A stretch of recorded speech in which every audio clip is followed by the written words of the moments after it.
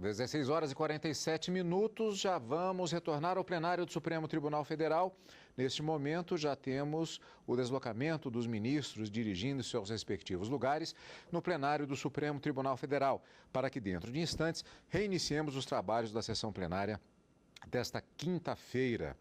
E você vai continuar acompanhando, como sempre, ao vivo, direto do plenário, aqui na TV Justiça. Podemos nos assentar, por favor? Declaro reabertos os trabalhos desta sessão extraordinária, pregou para julgamento o recurso extraordinário 786.540, procedente do Distrito Federal e relatado pelo ministro Dias Toffoli, com repercussão geral reconhecida, recorrente ao Estado de Rondônia, recorrido João Teixeira de Souza. Ministro Dias Toffoli, neste caso, não haverá mais sustentação oral, como inicialmente. Pois não, senhora presidente. Faço um resumo do relatório. O Estado de Rondônia interpõe tempestivo recurso extraordinário contra acórdão prolatado pela segunda turma do STJ, o qual foi assim emendado. Omito a leitura da emenda. Opostos embargos de declaração foram rejeitados. O apelo extremo é aviado com apoio na linha A do permissivo e fulmina, alegando violação do artigo 40, parágrafo 1º, inciso 2 da Constituição Federal. O recorrente defende que devem ser aplicadas, no tocante à previdência do ocupante de cargo comissionado, as regras constitucionais destinadas aos servidores públicos, visto constituir o primeiro uma espécie dos segundos.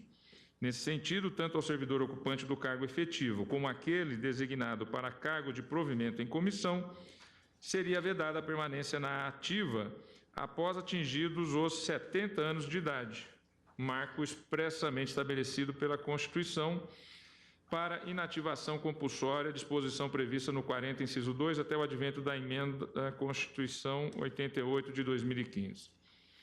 Argumenta a recorrente coordenamento constitucional ao adotar o critério etário, estabeleceu presunção absoluta de incapacidade para o serviço público.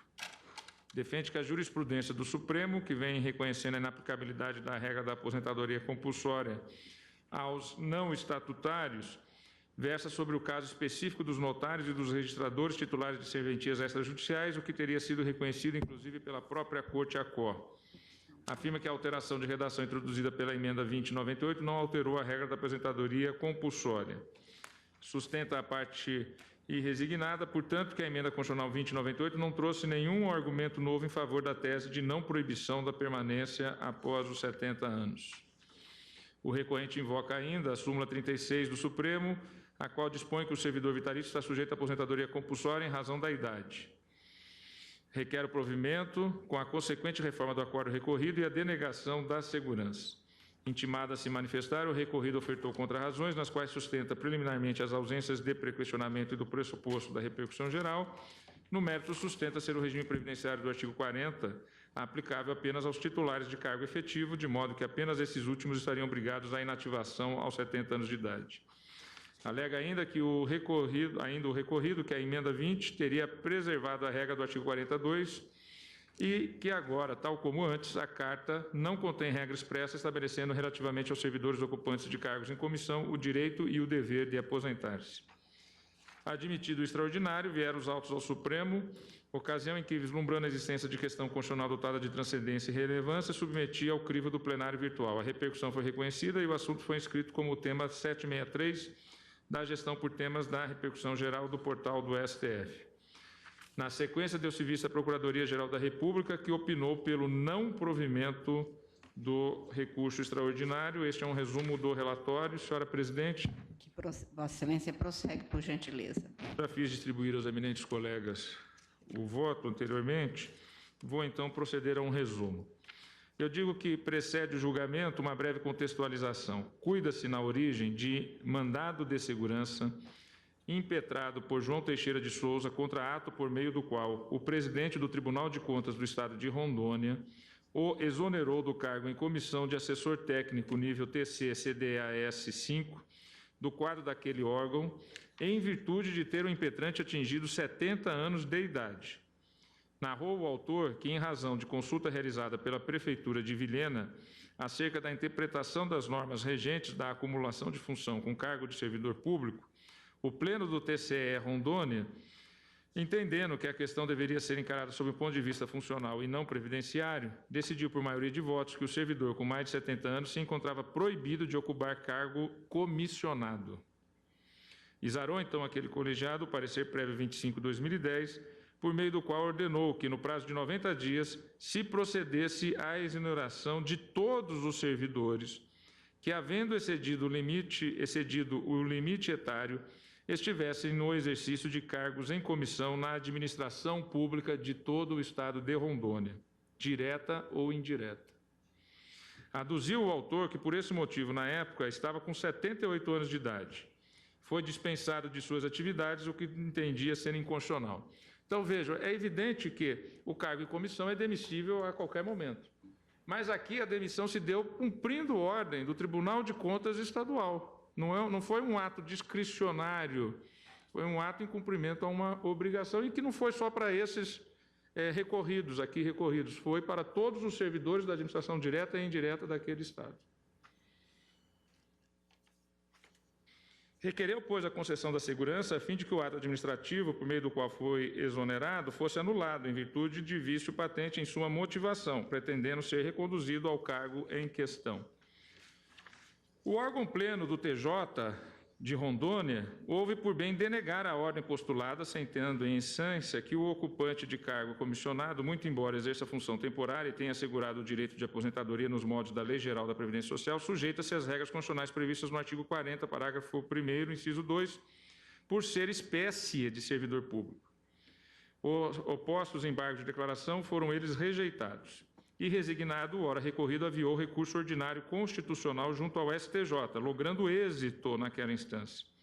Na ocasião, a segunda turma do STJ entendeu que os preceitos do artigo 40 da Carta não se aplicam aos servidores em geral, mas apenas aos titulares de cargo efetivo, o que ficaria evidenciado pela redação do parágrafo 13 desse mesmo artigo. Com arrimo no fundamento, concluiu que, na hipótese por dever-se a demissão única e exclusivamente ao fato de o impetrante possuir mais de 70 anos de idade, o que constituiria motivação inidônea, far-se-ia imperiosa a anulação do ato impugnado por força da teoria dos motivos determinantes. Contra essa decisão, o Estado de Rondônia opôs embargos declaratórios, os quais, todavia, não foram providos. Verificou-se na sequência a interposição do presente RE, o qual, admitido pela instância COR, veio ao exame deste Supremo. Passo ao voto. O inconformismo expresso não prospera. De início, destaco que as interpretações literal e lógica dos textos constitucionais mencionados, também por estes se afigurarem intuitivos, mostram-se capazes de conduzirem a adequada resposta para a pretensão articulada.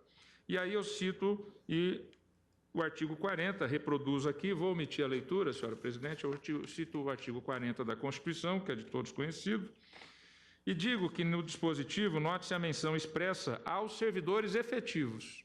O artigo 40 fala expressamente de servidores efetivos. Daí para frente, descortina-se uma série de parágrafos, incisos e alíneas, sempre fazendo-se remissão ao caput. Então, todo o resto, ele faz referência ao caput, e o caput trata de servidores efetivos. Se eu transcrevo no meu voto o dispositivo, senhora presidente, exatamente demonstrando que sempre se faz a remissão ao caput, e o caput se expressa com a menção de servidores efetivos. E digo que, por oportuno, relembro a modificação ocorrida no marco etário para a inativação compulsória que se operou no ano de 2015, quando da interposição do apelo extremo ainda vigia a redação anterior da emenda constitucional 2098. A qual dispunha que a aposentação dar-se-ia, entre aspas, compulsoriamente aos 70 anos de idade, com proventos proporcionais ao tempo de contribuição, fecho aspas. Prosseguindo na leitura do artigo, eis que o intérprete se depara, então, com o conteúdo do parágrafo 13. Este diz: ao servidor ocupante exclusivamente de cargo em comissão, declarado em lei de livre nomeação e exoneração, bem como de outro cargo temporário ou de emprego público, aplica-se o regime geral de previdência social. Dispositivo esse incluído na leitura que fiz, pela emenda constitucional número 20, de 98. Antes, porém, de partir para a análise combinada das normas, julgo recomendável resgatar alguns conceitos e tecer algumas considerações sobre cargo em comissão, servidor público, servidores estatutários, servidor público efetivo e servidor público comissionado. Da doutrina, extrai-se, que omito a leitura, eu transcrevo ao longo do voto um pouco de teoria jurídica a respeito dessas classificações e mais adiante eu digo. Da doutrina extrai-se, portanto, que em que pese sejam efetivos e comissionados esses servidores públicos, não integram eles a mesma espécie.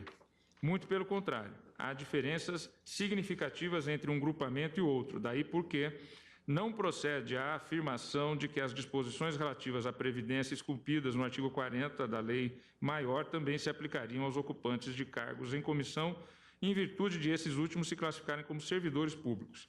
Tivesse o dispositivo em questão o intuito de referir-se aos servidores genericamente considerados, não traria a letra da norma a delimitação expressa que nela se vislumbra. Note-se, não se lê no texto do artigo 40 caput a expressão aos servidores da União, dos Estados, do Distrito Federal e dos municípios, incluídas suas autarquias e fundações, é assegurado o regime de previdência de caráter contributivo e solidário. Mas sim o que se lê é aos servidores titulares de cargos efetivos da União, Estados, Distrito Federal e municípios, excluídos suas autarquias e fundações, etc., etc. O legislador, portanto, ao redigir o dispositivo, claramente pretendeu apenas uma das espécies. Veja-se que a cabeça do artigo 40 refere-se exclusivamente aos efetivos, portanto, fica fácil concluir o sentido e alcance do seu parágrafo 1º, inciso 2, que é a disposição especificamente impugnada neste recurso. Persistisse ainda alguma dúvida quanto a isso, ela restaria dirimida pela redação impressa ao parágrafo 13 do 40, incluído pela emenda 2098, o qual, evidenciando o tratamento dissonante aos ocupantes de cargo em comissão, dispôs que, ao servidor ocupante exclusivamente de cargo em comissão, declarado em lei de livre nomeação e exoneração, aplica-se o regime geral da Previdência. A previsão do 40, parágrafo 13 da Lei Maior proporciona ainda um outro fundamento em favor da tese da inexistência de obrigatoriedade da aposentadoria compulsória para ocupantes exclusivamente de cargo em comissão. Consoante fundamentação anterior, a Constituição dispõe que a ele se aplica o regime geral da Previdência Social. Disso decorre que sua passagem para inatividade observará o artigo 201 da Constituição da República e a Lei 8.213 de 1990, que arrolam como espécies de aposentadoria a aposentadoria por invalidez, a aposentadoria por idade, a aposentadoria por tempo de serviço e a aposentadoria especial. Inexiste, para os indivíduos vinculados ao regime geral de previdência social, qualquer previsão de compulsoriedade de aposentação, a qual será sempre facultativa. Esse dado, conjugado à constatação esboçada nos parágrafos anteriores, não conduz a outra conclusão, senão a da não incidência do 40, parágrafo 1º, 2 da Lei Fundamental no que se refere aos ocupantes de cargo comissionado. Também não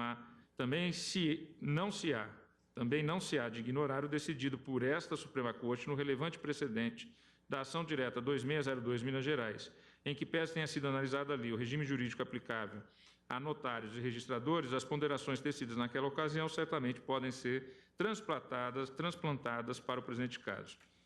E aí, então, eu transcrevo os debates ocorridos naquele julgado, em longo trecho, senhora presidente, vou omitir a leitura, vossas excelências têm conhecimento, e já vou às folhas 13 de meu voto.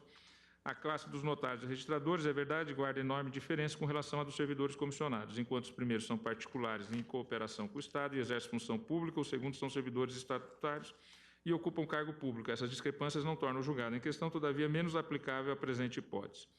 Isto porque, conforme já naquela oportunidade havia sido destacado por este mesmo colegiado, o que importa para a discussão acerca da aposentadoria compulsória é a condição de exercente ou não de cargo efetivo.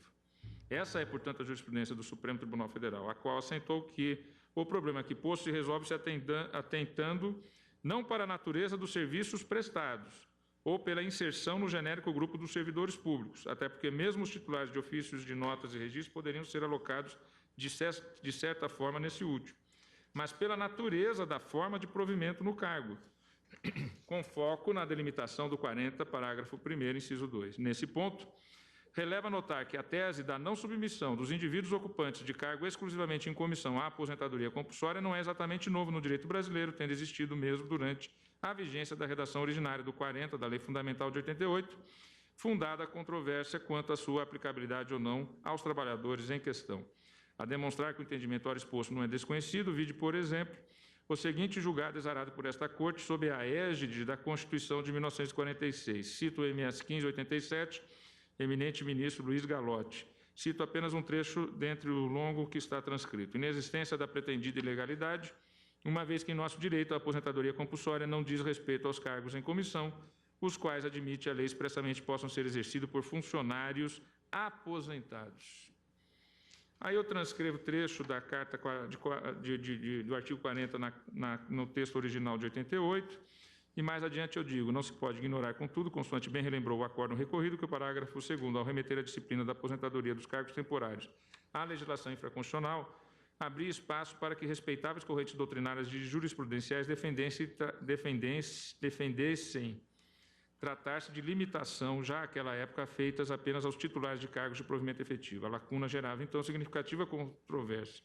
Dirimindo o desacordo, veio à lume, então, a emenda 20, a qual restringiu expressamente o alcance do 40, a alterar a expressão, entre aspas, servidores, para, entre aspas, servidores titulares de cargos efetivos. Desse modo, conforme vem reconhecendo essa Suprema Corte, a partir de tal emenda é indene de dúvidas que o servidor obrigado a aposentar-se, ao tornar-se septuagenário, é apenas e tão somente aquele titular de cargo de provimento efetivo. Essa também é a compreensão de Ivan Barbosa, e cito o trecho que omito a leitura. Registre-se que essa visão vem sendo corroborada por este tribunal em julgados como, e aí cito uma série de julgados, senhora presidente. Anoto que o recorrente pretendeu a aplicação à hipótese da súmula número 36. Ocorre que o conteúdo do seu verbete, com a devida vênia, não ostenta qualquer ligação com a hipótese desses autos. Esta é a sua dicção. Servidor vitalício está sujeito à aposentadoria compulsória em razão da idade. Ora, o servidor exclusivamente comissionado não é servidor vitalício. O fato de ser demissível, exonerável ad nutum, afasta-o completamente de tal categoria. Esse entendimento somente seria cabível se se conferisse a súmula 36 interpretação extensiva, o que foi cabalmente rejeitado nos parágrafos anteriores pelos motivos que já trouxe. Mais adiante eu digo, às folhas 18, ainda que se suscite o argumento da renovação dos quadros de pessoal, é de salientar que a lógica que rege as nomeações para cargos comissionados é distinta daquela que rege a dos efetivos. Os últimos ingressam no serviço público mediante concurso. Há, além disso, o adicional de, como salienta a Procuradoria-Geral da República, possuírem estabilidade, tenderem a manter com o Estado um longo e sólido vínculo, o que torna admissível a expulsória como forma de oxigenação e renovação. Os primeiros, por sua vez, os comissionados, adentram a estrutura estatal para o desempenho de cargos de chefia, direção ou assessoramento, pressupondo-se, como substrato de sua designação, a existência de uma relação de confiança pessoal e de uma especialidade em comum. O comissionado adentra o serviço público, dentre outros motivos, para agregar a este último uma habilidade não facilmente encontrada, uma formação técnica especializada, exerce, ao menos na teoria, atribuições diferenciadas, tanto do ponto de vista da rotina e das responsabilidades no local de trabalho, como da própria atividade intelectual. Ora, se o fundamento da nomeação é esse, não há razão para submeter o indivíduo à compulsória, quando, além de persistirem a relação de confiança e a especialização técnica e intelectual, o servidor é exonerável a qualquer momento, independentemente, inclusive, de motivação. Parece-me, sem dúvida, após todo o exposto até aqui, que a imposição de inativação obrigatória aos ocupantes de cargos exclusivamente em comissão, sem que a própria Constituição o tenha feito de forma inquestionável, vulnera flagrantemente os mencionados dispositivos. Minha conclusão vai, então, no sentido de que a regra da aposentadoria compulsória esculpida no 40, parágrafo 1º, inciso 2, da Constituição, aplica-se unicamente aos servidores efetivos.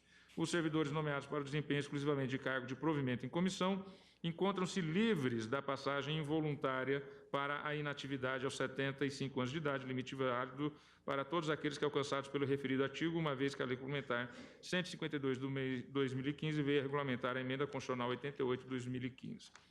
É evidente que essa lógica não se aplica às funções de confiança, que são aquelas exercidas exclusivamente por servidores ocupantes de cargo efetivo e a quem são conferidas determinadas atribuições, obrigações e responsabilidades. Nesse cargo, a livre nomeação e exoneração se refere tão somente à função e não relativamente ao cargo efetivo. Esse parágrafo eu introduzi aqui para dizer que é evidente que alguém está na função efetiva, no cargo efetivo, e acaba ocupando um cargo em comissão. É muito comum e até desejável que a maior parte dos cargos em comissão sejam ocupados por quem está na respectiva carreira. É evidente que este, ao completar 70 anos, ele será aposentado compulsoriamente do seu cargo efetivo. E, eventualmente, pode até continuar no cargo em comissão, se a lei assim o permitir. E aí haveria, então, a transformação do seu regime.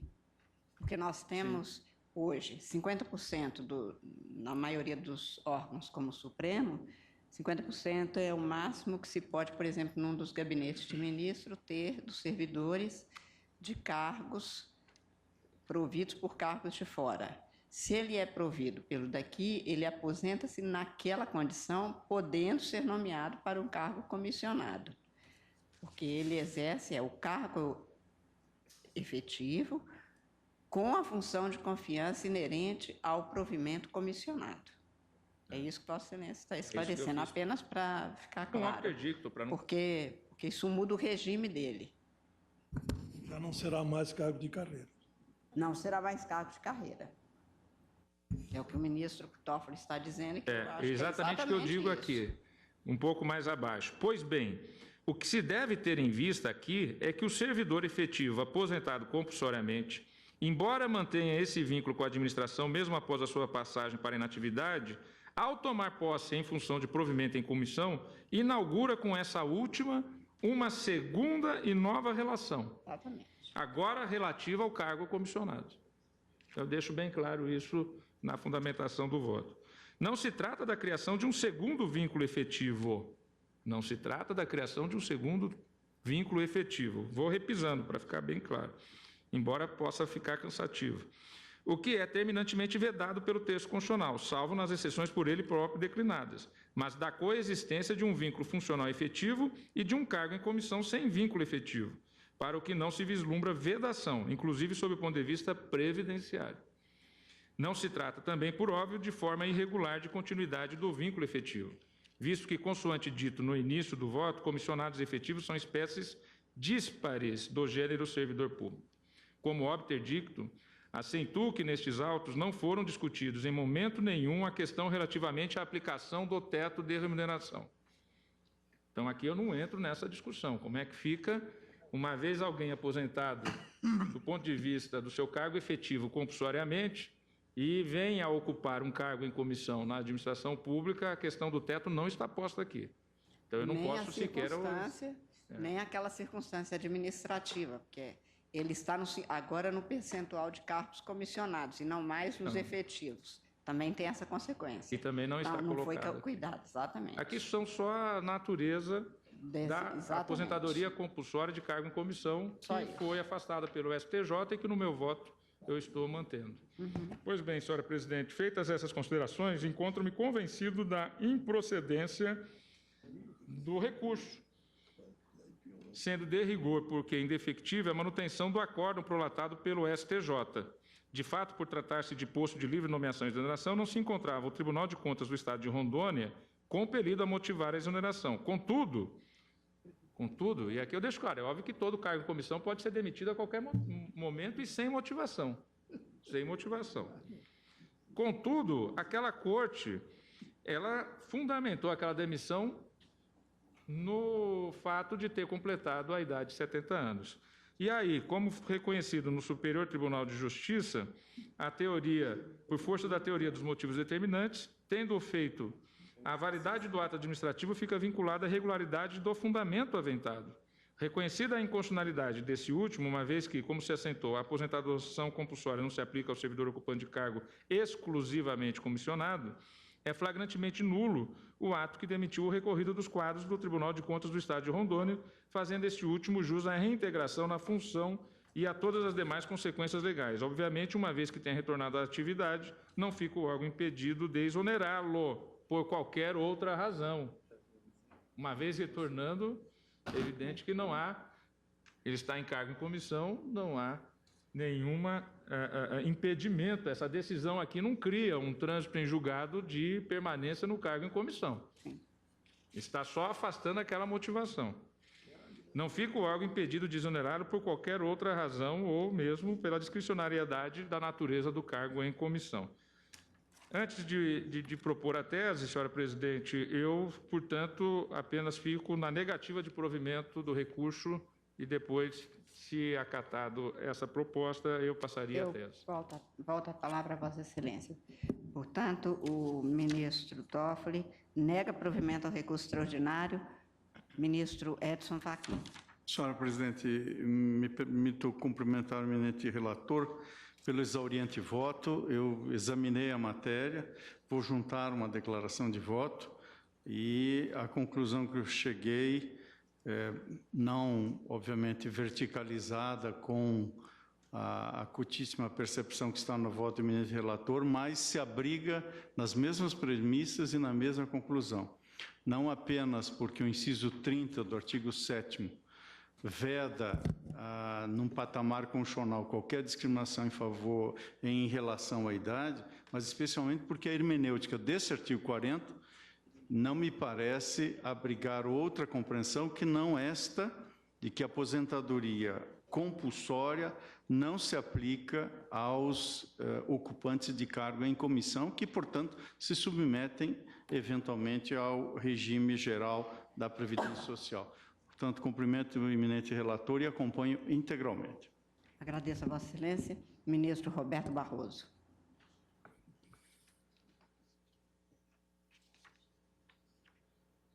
Presidente, eu estou acompanhando o eminente relator na íntegra. E como já vai terminar a sessão proximamente, eu só queria fazer um registro em nome dos que militaram pelos direitos humanos no Brasil, um registro sobre o falecimento de Dom Paulo Evaristo Arnos e celebrar a vida desse brasileiro extraordinário que dedicou-se à causa da redemocratização e da proteção de pessoas que eram perseguidas. Obrigado, presidente. Ministro Teori Zavascki. Relator. Ministra Rosa Weber. Acompanho o ministro relator, presidente. Ministro Ricardo Lewandowski. Senhor presidente, eu colacionei na minha minuta de voto uma série de precedentes da Corte no mesmo sentido, acompanho integralmente o relator. Ministro Marco Aurélio. Presidente, a expulsória, ela se mostra linear. Ela diz respeito à prestação de serviço no campo público e alcança, a meu ver, não só o detentor de cargo efetivo, como o detentor também de cargo de confiança. A emenda constitucional número 20 não alterou, a meu ver, esse panorama constitucional. Por que não alterou? Porque simplesmente afastou, quanto ao detentor de cargo de confiança, a aposentadoria como se fosse um detentor de cargo efetivo. Antes, o artigo 40 da Constituição Federal se referia a servidor. E com a emenda, isso foi ressaltado pelo ministro Dias Toffoli, com a emenda número 20, passou a cabeça do artigo 40 a referir-se aos servidores titulares de cargos efetivos da União, a limitar a aposentadoria que é prevista no preceito, principalmente nos incisos do parágrafo 1º, ao titular do cargo efetivo, ao concursado, portanto. E aí, no tocante aos detentores estritamente de cargo em comissão ou cargo de confiança, veio com a emenda o parágrafo 3º, o 13º, a prever claramente que eles são aposentados segundo o regime geral de previdência social. Mas, a meu ver, essa mudança ela não afastou um princípio básico da administração pública, que é a impossibilidade de se estar em um cargo, ou seja efetivo, seja de confiança, após os 70 anos. Se entendermos que o titular de cargo efetivo é afastado pela expulsória e não é o detentor de cargo apenas de confiança, nós estaremos dando uma ênfase maior ao fato dele ocupar o cargo de confiança. Quer dizer, o concursado, ele não pode prestar serviços depois dos 70, mas aquele que não é concursado e é nomeado a livre discrição pode prestar após 70. Por isso é que eu não vejo a limitação que foi proclamada pelo ministro Dias Toffoli, a limitação do inciso 2º do parágrafo 1º, a problemática em si da aposentadoria própria ao titular de cargo efetivo. Tem-se aqui um princípio, a meu ver, linear. E esse princípio é o de que ontem 70, hoje não se pode continuar prestando serviço, seja em cargo efetivo ou de confiança, após os 70 anos. Por isso, penso que o rompimento do vínculo pelo Tribunal de Contas do Estado se fez de forma motivada e motivada em consonância com a Constituição Federal. Provejo o recurso. Então, Vossa Excelência diverge para prover o recurso. Senhora Presidente, peço vênia para, acompanhando integralmente o voto do eminente relator, negar provimento ao presente recurso extraordinário interposto pelo Estado de Rondônia. Eu também vou pedir vênia ao ministro Marco Aurélio, e me impressiona muito, ministro, a assertiva de Vossa Excelência, no sentido de que pareceria que o ocupante do cargo comissionado teria melhores condições, portanto, de trabalhar no serviço público do que nós, concursados. Entretanto, há uma interpretação contida no voto do ministro Toffoli, que é o meu entendimento, no sentido de que ele não pode continuar como servidor efetivo, mas não há qualquer obstáculo a que ele também possa ser nomeado na condição de comissionado. Quer dizer, o comissionamento não daria a ele a ruptura aos 70 anos, automática, para fins de aposentadoria, mas não o impediria de permanecer. Tanto que o ministro Toffoli chamou atenção para a circunstância de que, se ele é efetivo, digamos, um analista de carreira, que fique até os 70 anos e que ocupe um cargo de assessor jurídico, ele se aposenta no cargo de analista, mas ele pode persistir, se for da conveniência do serviço público e daquele que for, do seu chefe, do que for, ou até de assessor, para o cargo comissionado. Por isso é que eu entendi que não há, eu na primeira hora também tive a mesma preocupação de Vossa Excelência, porque o comissionamento, inclusive, causa alguma estranheza, porque é difícil alguém ficar, digamos, de 25 anos até os 70 exercendo cargos comissionados, porque o comissionamento estabelece um laço com alguma confiança. Muda-se governo, muda-se administração, muda-se tutela e você continua, a não ser um técnico exímio, tudo mais, nem teria essa chance. No entanto, a gente vê essas coisas acontecerem, especialmente na área, por exemplo, de educação. Mas o que me tranquilizou e me levou à mesma conclusão foi a circunstância de que ele pode persistir na administração pública, apenas não na condição de efetivo. Por isso é que a minha interpretação foi essa, mas eu entendia. É que eu penso que a expulsória, ela apanha não só detentores de cargos efetivos, como também detentores os comissionados. de confiança. E a minha preocupação maior, o fundamento, seria só essa. Mas eu, portanto, entendendo, e também tive essa primeira preocupação de Vossa Excelência de privilegiar alguém que nem foi concursado, cheguei à mesma conclusão do ministro Dias Toffoli, relator, exatamente por essa circunstância, e proclamo o resultado. Agora, evidentemente, eu não transporto esse raciocínio do caráter linear para cargos eletivos, não é isso? Né? Ah, sim, claro. Aí é outra natureza, até porque esses são agentes políticos, normalmente. Os únicos hoje que são eleitos são diretores de grupo escolar e tudo mais, mas tem mandato. Meu voto é a nomeação. Tá bem.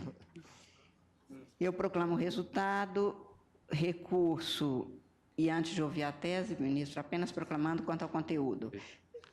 Recurso ao qual se nega provimento nos termos do voto do relator, vencido o ministro Marco Aurélio. E agora ouvimos a tese a ser proclamada nos termos do voto de Vossa Excelência. Eu desdobrei a tese em 2 itens para procurar ser mais claro. Primeiro item, os servidores ocupantes de cargo exclusivamente em comissão não se submetem à regra da aposentadoria compulsória prevista no artigo 40, parágrafo 1º, inciso 2 da Constituição Federal, a qual atinge apenas os ocupantes de cargo de provimento efetivo, inexistindo também qualquer idade limite para fins de nomeação na função de confiança. Segundo item, inexiste óbice constitucional. E vejam, aqui eu digo, não há óbice constitucional. Pode haver um óbice legal, então. Como a Vossa Excelência falou, presidente, a proporção, por exemplo, ou se o cargo de confiança pela lei, pela carreira, tem que ser exercido exclusivamente por alguém da carreira, evidentemente que na carreira vai ficar quem está sujeito ao limite de idade do cargo efetivo. Então, eu inicio esse item dizendo que inexiste óbice constitucional. Aqui, o servidor efetivo aposentado compulsoriamente permaneça na função comissionada que já desempenhava ou a que seja designado para cargo de livre nomeação e exoneração, uma vez que não se trata de continuidade ou criação de vínculo efetivo com a administração. Então, essas são as sugestões. Eu fiquei em dúvida sobre a última expressão na primeira parte. Inexiste óbice constitucional. Não, na primeira parte. Na primeira parte. Finalzinho da primeira parte. Eu ia propor mudar para, em vez de na, se não tivesse... A qual atinge apenas os ocupantes de cargo efetivo, inexistindo também qualquer idade limite para fins... Não. De nomeação. Não, nós estamos no final do item 1. Também qualquer idade limite para fins de nomeação... Tem dúvida sobre o item 1, ministro. Para a função... No cargo de confiança. Assim, inexistindo também qualquer idade limite para fins de nomeação ou a cargo. Não, eu digo assim, nomeação na é que me soou mal. Ah, tá. Para fins de nomeação a nomeação para, ou nomeação a. Também? A função comissionada. A função comissionada, porque a função comissionada... Pode se confundir. É designação, não é nomeação. Não, aqui então mudaria para cargo em comissão. Sim. A cargo em comissão. Ou cargo de confiança. A cargo não, de confiança. A função é que é de confiança, pela Constituição. Não de confiança, o cargo, cargo aí tem que mudar mesmo. O cargo é de provimento comissionado. Agradeço ao ministro Teoria, ministro... Então ficou para a função de confiança. Para cargo em comissão, não é isso? Para fins de nomeação, a cargo de confiança. A cargo em comissão. Isso. A cargo em comissão. Sim. Então, feita a retificação, Dado agradecendo. dos senhores ministros, se há objeção. Senhora presidente, eu me sinto habilitado a votar, que eu estava ouvindo verdade. e trouxe o meu material, que está no mesmo sentido. Então, Vossa Excelência está acompanhando o relator. Estou acompanhando o ministro Gestor. E porque foi voz isolada, com entendimento contrário, eu não participo. Então, vou proclamar agora a tese. Pois não. Então, o desprovimento do recurso é acompanhado da tese segundo a qual os servidores ocupantes de cargo exclusivamente em comissão não se submetem à regra da aposentadoria compulsória prevista no artigo 40, parágrafo 1º, inciso 2 da Constituição Federal, a qual atinge apenas os ocupantes de cargo de provimento efetivo, inexistindo também qualquer idade limite para fins de nomeação a cargo em comissão. 2. Inexiste óbice constitucional. Aqui o servidor efetivo aposentado compulsoriamente permaneça na função Aqui comissionada. talvez seria melhor também corrigir para no cargo comissionado, ao invés de função. Aposentado compulsoriamente permaneça no cargo comissionado que já desempenhava ou a que seja designado para Cargo de em livre nomeação, não, ministro? Porque já Não, eu acho tem que é de cargo em livre. cima. Cargo. Que aí nós colocamos permaneça no cargo. Aí fica Não, porque permanecer, designado. ele permanece. Ou então ele pode ser nomeado para um outro cargo. Por exemplo, vamos imaginar um auditor da Receita Federal. Ele completa o limite de idade. Ele não pode continuar, mesmo que ele seja o secretário da Receita. Pode ser exonerado também a livre descrição, porque o que Vossa Excelência está glosando é a motivação do ato, né? Então, o que ocorre? Mas ele pode, esse auditor que foi aposentado compulsoriamente, assumir o cargo de chefe de gabinete do ministro da Fazenda? Ele pode, mesmo que tenha mais do que 75 anos de idade. ou a que seja designado. Então, permanecer, ou por isso também que seja nomeado Que já futuramente desempenhava, para ou a que seja designado. Eu dizia ao ministro Toffoli, presidente, que pareceu-me que a ideia de Sua Excelência era assegurar nomeado, a possibilidade seja de um nomeado. ocupante de cargo efetivo que exercesse uma função comissionada, uma vez aposentado compulsoriamente, no exercício agora de um cargo de confiança, continuasse a desempenhar a mesma atribuições daquela função comissionada que ele tinha enquanto servidor efetivo. Me pareceu que a ideia foi essa. Eu vou fazer a releitura agora, para diante O primeiro ficou... das boas sugestões vindas. Então, o item 1 ficaria o seguinte, eu vou fazer a leitura um pouco mais com vagar, para que Vossa Excelência e os colegas possam acompanhar e anotar. Os servidores ocupantes de cargo exclusivamente em comissão não se submetem à regra da aposentadoria compulsória prevista no artigo 40, parágrafo 1º, inciso 2, da Constituição Federal, a qual atinge apenas os ocupantes de cargo de provimento efetivo, inexistindo também qualquer idade limite para fins de nomeação a cargo em confiança. Em comissão. Desculpe, foi erro de leitura. A cargo em comissão. Exato, a cargo em comissão. Item 2. Inexiste óbice constitucional a que o servidor efetivo aposentado compulsoriamente permaneça no cargo comissionado que já desempenhava ou a que seja nomeado para cargo de livre nomeação e exoneração. Ministro, aí eu tenho um problema de ordem técnica. É que o cargo de livre nomeação e exoneração não pode ser exclusivo de cargo de... Não pode, exatamente. É exatamente isso que eu quero dizer. É o cargo de livre nomeação e exoneração. Não, mas é porque Não é alguns cargos de livre nomeação e exoneração são exclusivos dos efetivos. Se ficar desse jeito, por exemplo... O ministro Toffoli fez essa ressalva. Talvez fosse o caso de deixar essa ressalva expressa, ou seja, ressalvado eventual impedimento de ordem legal, não existe na Constituição. Não, é porque é o seguinte, Vossa Excelência, vamos dar o exemplo nosso. Nós temos... porque a premissa é essa, não há óbice constitucional para isso. Mas pode haver um óbice legal. Precisa ter um óbice infraconstitucional. Eu acho que é isso que ela... talvez isso, porque nós temos... dos nossos assessores jurídicos. Sim. 3 são, todos são de livre nomeação e exoneração. Porém, 3 tem que ser de servidor efetivo. Então se ficar solto, fica parecendo que liberamos geral. Mas não podemos, aí, data vênia, eu que enfrentei esse problema na presidência também, essa é uma questão atinente ao administrador, mas não ao servidor. Nós estamos cuidando da situação do servidor. Mas pode gerar quem está impedido dele... de ultrapassar esta cota é o administrador, é aquele que nomeia.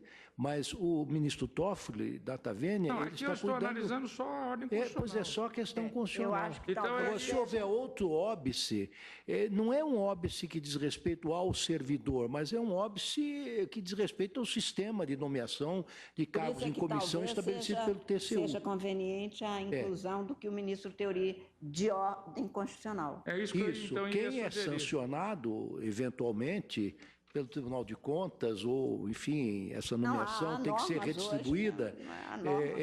é o administrador, é o gestor.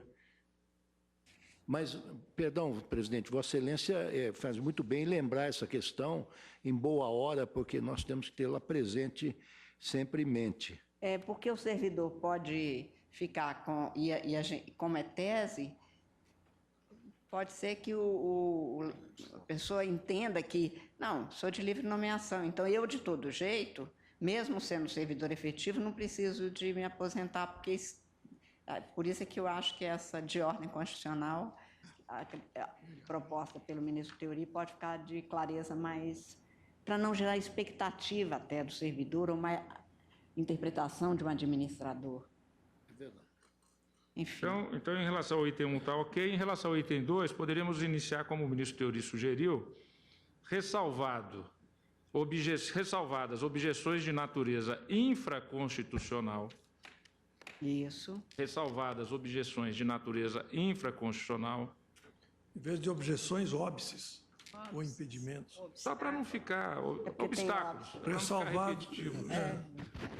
Ressalvados Ressalvados. impedimentos de ordem infraconstitucional não há na Constituição. Impedimento infraconstitucional. Ressalvados impedimentos de ordem infraconstitucional, não há óbice constitucional. Sim. A que o servidor efetivo aposentado compulsoriamente permaneça no cargo comissionado que já desempenhava, aí fica bem claro, certo? Né? Ou a que seja nomeado para cargo de livre nomeação e exoneração, uma vez que não se trata de continuidade ou criação de vínculo efetivo com a administração. Acho que agora... Aí fica bem ressalvado, seja em relação à primeira hipótese, seja em relação à segunda. Todos estão de acordo? Eu me ponho de acordo, porque não quero criar problemas, eu acho que essa formulação é mais didática e, como diz Vossa Excelência, senhor presidente, isso impede uma eventual expectativa do servidor de permanecer no cargo em existindo algum óbice que não seja constitucional. Mas, da minha perspectiva, como nós estamos analisando a questão somente sob o ângulo constitucional, bastaria para nós que disséssemos que não há óbice constitucional.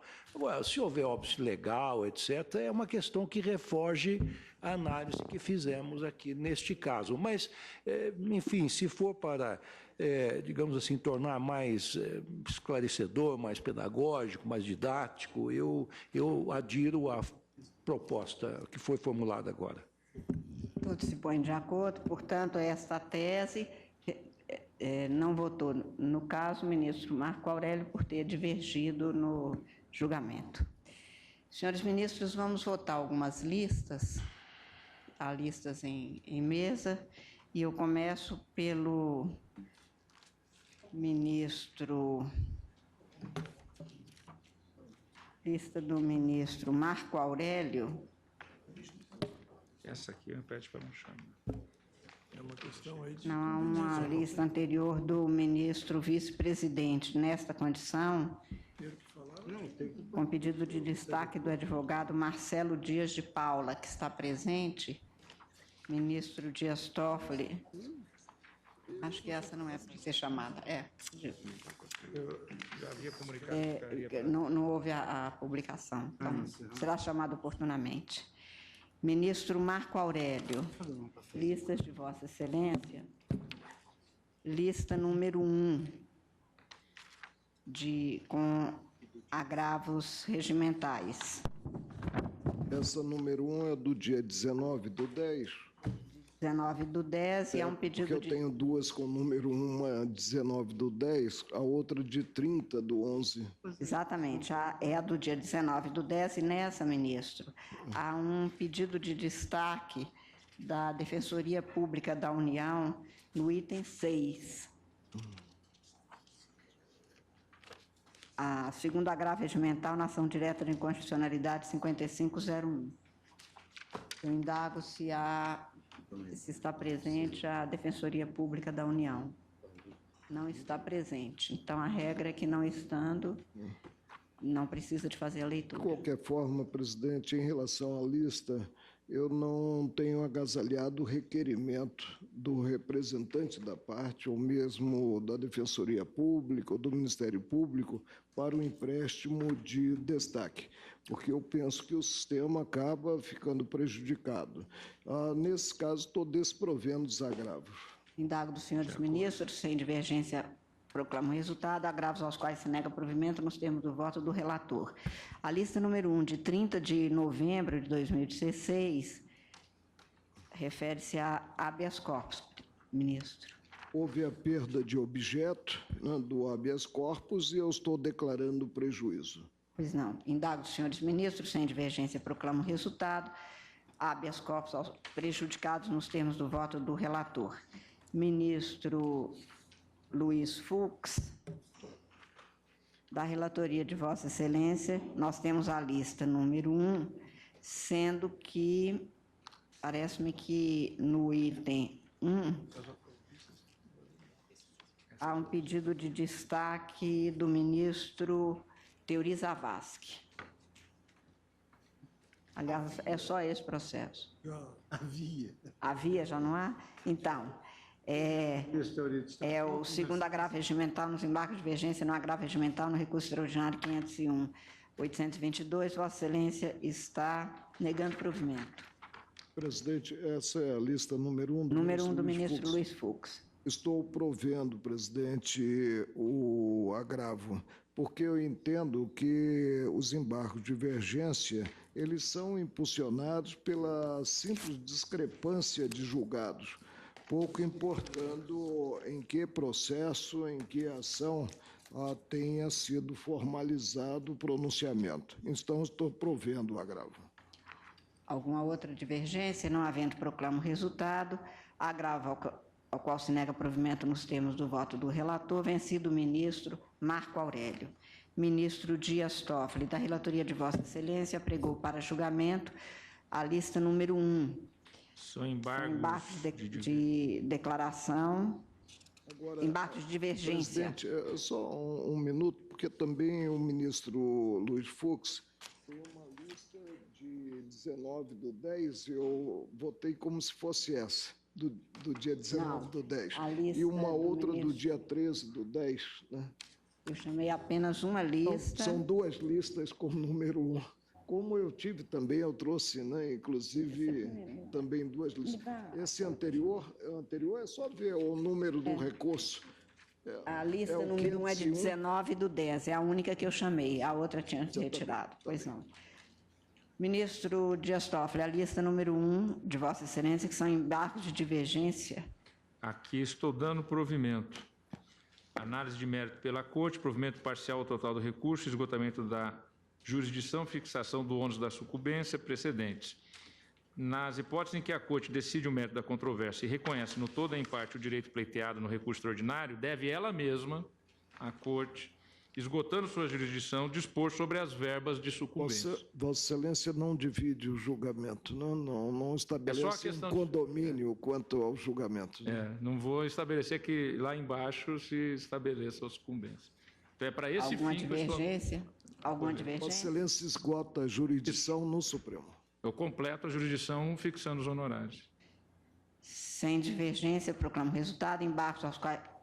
Embargos providos nos termos do voto do relator. Ministro Dias Toffoli, a lista número 2 de Vossa Excelência são ações diretas de constitucionalidade que Vossa Excelência julga improcedentes. Exatamente. Indago dos senhores ministros se há alguma divergência, não havendo, proclamo o resultado. Ações julgadas improcedentes. Lista número 3, ministro Dias Toffoli, também ação direta de inconstitucionalidade que Vossa Excelência julga improcedente. Exatamente. Indago dos senhores ministros, se alguma divergência não havendo, proclamo o resultado, a ação a qual se nega provimento nos termos do voto do relator. Lista número 4, ainda da relatoria do ministro Dias Toffoli, ação direta de inconstitucionalidade que Vossa Excelência julga improcedente. Procedente. Na lista, Procedente. Lista 4, Procedente. procedente. Na linha da jurisprudência. As Cortes de Contas seguem o exemplo dos tribunais judiciários no que concerne às garantias de independência, sendo também detentoras de autonomia funcional, administrativa e financeira, das quais decorre essencialmente a iniciativa reservada para instaurar processo legislativo que pretenda alterar sua organização e funcionamento, conforme a interpretação sistemática dos artigos 73, 75 e 96(2)d da Constituição Federal. A jurisprudência deste Supremo Tribunal Federal tem se orientado no sentido de reconhecer a inconstitucionalidade formal por vício de iniciativa das disposições que, sendo oriundas de proposição parlamentar ou mesmo de emenda parlamentar, implica alteração na organização, estrutura interna e funcionamento dos tribunais de contas precedentes. A Lei número 1284/2010 é formalmente inconstitucional por vício de iniciativa, pois, embora resultante de projeto de iniciativa parlamentar, dispôs sobre forma de atuação, competências, garantias, deveres e organização do Tribunal de Contas Estadual. Então, a ação é julgada procedente em razão do vício formal, porque foram emendas, ela foi de iniciativa parlamentar, alterando a estrutura do Tribunal de Indago dos Contas. senhores ministros, alguma divergência, não havendo, proclamo o resultado. Ação direta julgada procedente nos termos do voto do relator. Ministro Dias Toffoli, a lista número 6 de Vossa Excelência, ação direta de inconstitucionalidade a que se julga improcedente. Não, a lista número 6. 6, improcedente. Indago dos senhores ministros. Presidente, estou provendo para que a ação direta de inconstitucionalidade, com o processo devidamente aparelhado, venha a julgamento. Aqui já é a própria ação. Aqui é a própria ação. É a ação direta. A lista número 6 é uma ação direta do Conselho Federal da Ordem dos Advogados do Brasil. Eu vou fazer a leitura. Não ofendem a autonomia administrativa e financeira do Poder Judiciário Estadual ou sua reserva de iniciativa legislativa emendas parlamentares oferecidas a projeto de lei que versem sobre tabelas de custas e emolumentos. A função do Legislativo nos projetos cuja iniciativa de propositura seja exclusiva de algum órgão ou agente público não se resume a chancelar o seu conteúdo original. O debate, as modificações e as rejeições decorrentes do processo legislativo defluem do caráter político da própria atividade.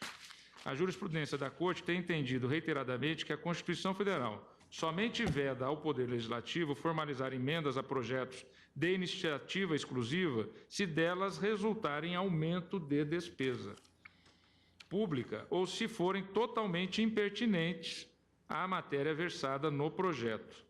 Tanto quanto possível, o valor cobrado a título de taxa deve equivaler ao custo do serviço prestado. Porém, há situações em que, por excessiva dificuldade de mensuração do fato gerador, o estabelecimento exato do quanto debeatur fica prejudicado. É o caso das custas judiciais, em virtude da diversidade de fatores que poderiam influir no cálculo da prestação do serviço jurisdicional, tais como o tempo e a complexidade do processo, bem assim o tipo de atos nele praticados. A esse respeito, a jurisprudência da Corte firmou-se no sentido da legitimidade da cobrança das custas, tendo por parâmetro o valor da causa ou dos bens postos em litígio, desde que fixadas alíquotas mínimas e máximas para elas. Cito os precedentes. As tabelas constantes da legislação impugnada, aqui no caso é uma legislação do Paraná, de custas, respeitam, no meu entender, a diretriz consagrada neste Supremo Tribunal Federal, impondo limites mínimo e máximo, como no caso em que fixa as custas devidas pelo ajuizamento de ação rescisória. Noutras passagens, há a fixação de um valor único para a prática de determinados atos, que, por certo, não representa quantia exacerbada a impedir que o cidadão se socorra das vias jurisdicionais. A Constituição Federal defere aos cidadãos desprovidos de condições de arcar com os custos de um processo judicial a gratuidade da prestação do serviço jurisdicional, tanto quanto o amparo das defensorias públicas para a orientação e a defesa de seus direitos, o que afasta as alegadas ofensas ao princípio do acesso à justiça e aos fundamentos constitucionais da cidadania e da dignidade da pessoa humana. Eu estou entendendo, então, a legislação de custas do Estado do Paraná rígida e estou julgando improcedente a ação proposta pelo Conselho Federal da Ordem dos Advogados do Brasil. Presidente, eu acolho o pedido formulado na inicial. Aqui nós temos uma situação jurídica em que a taxa que, conforme a Constituição, deve corresponder ao exercício do poder de polícia ou utilização efetiva ou potencial de serviços públicos específicos e divisíveis prestados ao contribuinte ou postos à sua disposição, foi fixada em razão do valor da causa ou em razão do valor do bem em litígio. Daí o inconformismo do Conselho Federal da Ordem dos Advogados do Brasil. Eu acolho o pedido formalizado. Então, Vossa Excelência julga procedente.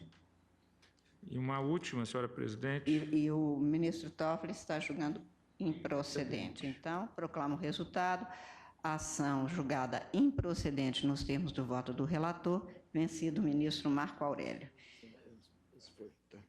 A lista número 7. 7 é a última. De Vossa Excelência é um agravo regimental a que Vossa Excelência está negando provimento. Exatamente. Vejo, presidente, para que o habeas corpus, com o processo devidamente aparelhado, venha a julgamento da turma. Não observo, no tocante a essa ação nobre, no que voltada a preservar a liberdade de ir e vir do cidadão, quer o artigo 21 do Regimento Interno, que é o artigo do Código de Processo Civil atual, que não me recordo de cor, que autoriza ao relator negar seguimento a pedido improcedente ou manifestamente improcedente. Indago dos senhores ministros se há alguma outra divergência, não havendo, proclamo o resultado. Agravo regimental ao qual se nega provimento nos termos do voto do relator, vencido o ministro Marco Aurélio. Ministra presidente, só uma observação. Eu havia anteriormente distribuído uma lista número 5 que eu retirei. Trata-se de uma ação direta de inconstitucionalidade a respeito de um fundo judiciário no estado do Ceará. Esse é um tema que o ministro Marco Aurélio pediu destaque e é um tema que talvez realmente, quando agora recentemente, nesta semana mesmo, homologamos um acordo entre o Estado do Rio de Janeiro e o TJ do Rio de Janeiro, que perpassava pelo fundo judiciário daquele Estado, eu também senti ali manifestações questionadoras da rigidez desta possibilidade. Então, eu trarei este feito em plenário para que haja o devido debate e agradeço ao ministro Marco Aurélio de ter destacado esse tema que realmente eu havia entendido, em razão de jurisprudência anterior, colocada em lista, mas parece que há um desejo de revisitação. Eu é que tenho que reconhecer a sensibilidade de Vossa Excelência em trazer o processo ao colegiado. Ministra Rosa Weber, lista 1 de relatoria de Vossa Excelência, que são embargos de divergência que Vossa Excelência propõe o não conhecimento. É a lista número 1 de 20 de outubro, senhora presidente. Exato. Não conhecimento. Indago dos senhores ministros se há alguma divergência, não havendo, proclamo o resultado. Embargo de divergência não conhecido nos termos do voto da relatora. Lista número 1 de Vossa Excelência, de 17 de novembro de 2016, são embargos de divergências recebidos para conhecer e dar provimento ao recurso extraordinário. Trata-se de recurso extraordinário do INSS, senhora presidente, e eu estou dando provimento a ele para fixar a orientação que se pacificou na Corte no que tange ao termo ad quem da revisão prevista para os benefícios de prestação continuada previdenciários do artigo 58 do ADCT, no sentido de que se trata a data de vigência da Lei 8.213 de 91 e não a da edição em 9 de dezembro de 91 do decreto que a regulamentou. Indago dos senhores ministros se há alguma divergência, não havendo, proclamo o resultado. Embargos conhecidos e aos quais para dar provimento ao recurso extraordinário. Ministro Teori Zavascki. Vossa Excelência.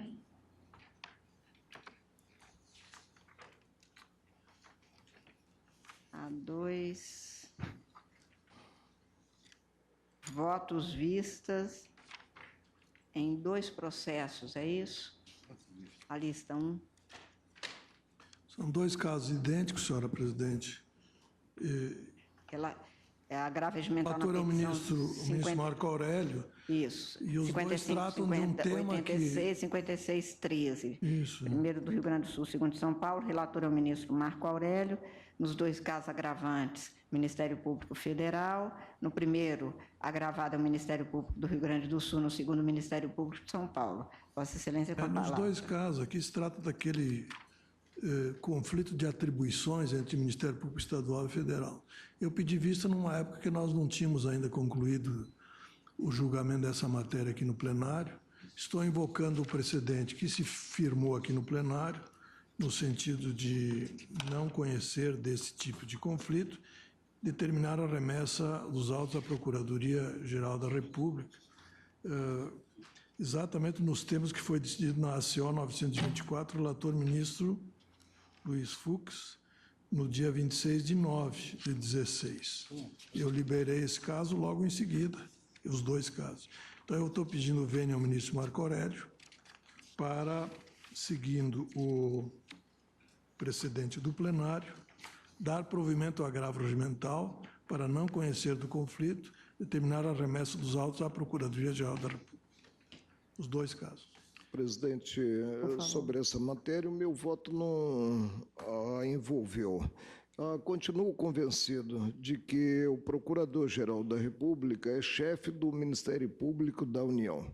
Ele não tem ascendência considerado o Ministério Público do Estado. E se verifica um conflito entre o Ministério Público Federal e o Ministério Público Estadual, não pode ele ser o árbitro desse conflito, né?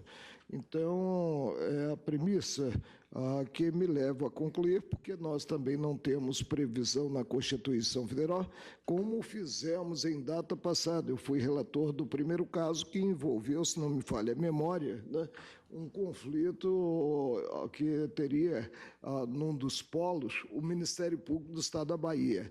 Eu entendo que não cabe ao Procurador-Geral da República essa tarefa, por isso mantenho o voto. Senhor presidente, eu tomo os votos, talvez, individualmente. Ministro Edson Fachin. Pedindo vênia, ministro Marco Aurélio, acompanho a divergência inaugurada pelo ministro Teori. Ministra Rosa Weber. Acompanho também a divergência aberta pelo ministro Teori, pedindo vênia ao ministro Marco Aurélio. Ministro Luiz Fux. Senhora presidente, porque o precedente foi da minha relatoria, acompanho o ministro Teori com as vênias do ministro Marco Aurélio. Ministro Dias Toffoli. Vênia ao relator e acompanho a divergência. Senhor presidente, eu gostaria de ouvir o eminente decano, que foi oriundo do Ministério Público de São Paulo. Essa é uma matéria que me desperta muitas dúvidas, sobretudo depois dos pronunciamentos reiterados do eminente ministro Marco Aurélio. Quando nós apreciamos essa espécie de conflito de atribuição, o Procurador-Geral da República da época, Procurador-Geral Dr. Cláudio Fontelli, sustentou a tese de que ele é que seria, né, o competente para dirimir o conflito. E o Supremo afastou a uma só voz, né, esse entendimento. Eu me lembro também, perdão, ministro Decano, que a virada de jurisprudência que nós fizemos levou em conta questões de natureza pragmática, basicamente. Eu ousaria dizer que quase foi uma jurisprudência defensiva, porque tantos eram os casos que chegavam aqui ao Supremo que nós acabamos tomando essa decisão. Mas, ante esses argumentos do ministro Marco Aurélio, eu realmente começo a ficar em dúvida, com devido respeito, acerca do acerto dessa decisão tomada. Sim. Mas eu gostaria de ouvir o ministro... Ministro Celso, por favor. Como fui eu que trouxe o voto até instado, porque havia pedido vista pelo ministro Teori Zavascki, trouxe um voto abordando várias questões disso, mas o primeiro a divergir aqui foi o ministro Teori Zavascki, inicialmente, que ficava vencido, penso eu, e aí houve alguns pedidos de vista para refletir. Na verdade, não foi um fundamento de defensivo. O que foi é que não há jurisdição. Esta é uma questão não jurisdicional. O que se está tratando é de temas que dizem referência a conflitos sobre investigação que estão na seara administrativa e não submeteu o Ministério Público Estadual ao Ministério Público Federal é um passo demasiadamente eu me lembro, ministro, se Vossa Excelência me permite uma parte... fundamento jurídico, com fundamento Vossa Excelência me permite uma parte... Perdão, ministra presidente, dizendo, que me lembro também que me foi causou uma certa perplexidade, e esse argumento que Vossa Excelência traz agora, e me parece que é muito forte, que é uma matéria fronteiriça entre ser uma matéria jurisdicional e administrativa. Mas se for jurisdicional, por que não entregá-la ao CNMP, que é um órgão de natureza administrativa e é plural, porque também incorpora membros de outros ministérios públicos? Ministro Teori Zavascki gostaria de se pronunciar. Eu queria dizer que o ministro Celso. Nós discutimos muito isso e já temos inúmeros precedentes. Seria lamentável que nós voltássemos hoje a discutir. Mas o argumento fundamental, ou pelo menos um dos principais argumentos de não conhecer do conflito, que é isso que se decidiu aqui, é que o conflito estava sendo conhecido pela jurisprudência anterior com base no pressuposto de que se tinha um conflito federativo. Exato. Um conflito federativo entre um promotor e um procurador da República. O voto, eu fui relator do primeiro caso, e a premissa do colegiado foi única, que não haveria disposição sobre a matéria na Constituição Federal. Então, prevaleceu a ótica segundo a qual, quando a Constituição não prevê um órgão do judiciário competente para a análise do caso, a competência é do Supremo. Eu teria que fazer uma recapitulação, porque já se vão alguns anos. Mas Vossa Excelência há de se recordar, Vossa Excelência foi conferir o precedente de Vossa Excelência, porque eu tinha dito que era baseado num conflito federativo, Vossa Excelência teve dúvida, foi conferir realmente no voto de Vossa Excelência. Se Vossa Excelência severa, eu aqueço. Então, esse era o argumento. Sim, era realmente, na nossa jurisprudência, inclusive, que tem o artigo restringido enormemente como o ministro Toffoli, quando trouxe, veio trazer a matéria, que não era o caso. Pode ser jurisdicionado a posteriori. E se trata de o Ministério Público Estadual entra com o procedimento, o juiz estadual pode entender, não, isso aqui não é daqui. Por isso é que é conflito de e há uma situação em que não há ação ainda. Não, esse mesmo conflito existiria entre um delegado de polícia estadual e um delegado de polícia federal. Agora, nós não podemos considerar isso um conflito federativo. O Procurador-Geral da República acaba definindo a competência do órgão do judiciário para apreciar uma possível ação. Ao cabo, quem vai decidir é o judiciário, porque o juiz pode se declarar incompetente e encaminhar para a Justiça Federal. Enquanto isso, submetemos o Ministério Público do Estado ao Ministério Público Federal. Ministro Celso de Mello, por favor. É interessante, não desconheço que o plenário do Supremo Tribunal Federal, no caso de que foi relator o eminente ministro Luiz Fux, definiu uma posição que, na verdade, não reflete a minha visão do tema. No início, a jurisprudência do Supremo Tribunal Federal presenta essa situação evidenciadora de conflito de atribuições entre o Ministério Público Federal e o Ministério Público Estadual, entendeu que a competência originária caberia ao Superior Tribunal de Justiça. Nesse sentido, no início da discussão, houve uma série de precedentes atribuindo ao STJ essa competência originária. Posteriormente, sobreveio a alteração e o Supremo Tribunal Federal passou a entender que ele, Supremo Tribunal Federal, deveria ser o árbitro dessa controvérsia, ainda que instaurada no plano estritamente administrativo. Não tendo sentido, e eu sempre decidi assim, inclusive em tempos mais recentes, antes mesmo de o plenário firmar orientação em sentido diverso, eu sempre entendi que não tem sentido, considerada a autonomia institucional dos ministérios públicos estaduais, submetê-los ao poder decisório, ao poder de supervisão do Procurador-Geral da República, uma vez que a Constituição é muito clara ao conferir ao Procurador-Geral da República a chefia do Ministério Público da União. Nós temos aqui, é claro, a mesma instituição, é o Ministério Público, uma instituição que se rege pelos mesmos princípios firmados na Constituição, o princípio da unidade, o princípio da indivisibilidade, o princípio da independência orgânica, e os membros dessa instituição, quer aqueles que compõem o MP da União, quer aqueles que integram o MP local dos Estados-membros, também dispõem dos mesmos predicamentos. Há uma identidade de tratamento jurídico constitucional em relação aos integrantes do Ministério Público, procuradores da República, procuradores do Trabalho, procuradores da Justiça Militar, enfim, os integrantes do Ministério Público da União, de um lado, e os integrantes e os promotores e procuradores da Justiça, de outro lado.